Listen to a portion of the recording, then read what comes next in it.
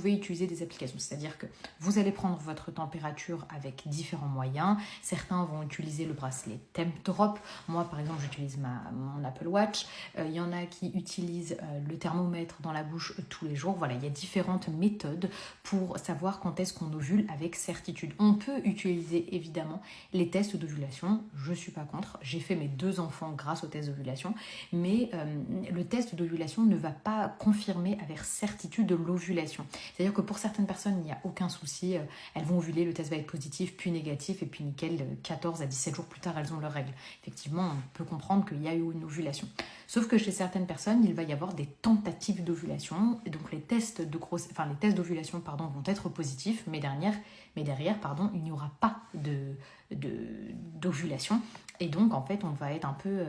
attends, je comprends pas, le test était positif, comment ça se fait que 17 jours après, j'ai toujours pas mes règles? Eh bien, c'est tout simplement que le corps a tenté d'ovuler, qu'il y a eu une augmentation de la LH, mais qu'il n'y a pas eu une vraie ovulation. Et c'est en ça que la symptothermie est meilleure, puisque la symptothermie, elle, va confirmer, grâce à l'augmentation de la température post-ovulation, va confirmer que l'ovulation a bien eu lieu.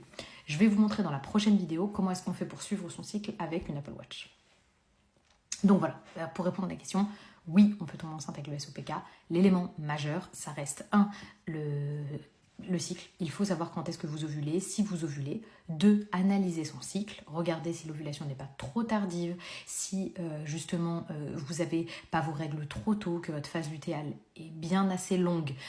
Faut regarder numéro 3, la quantité de règles que vous avez. Est-ce qu'elles sont peu abondantes, très abondantes, pas du tout abondantes?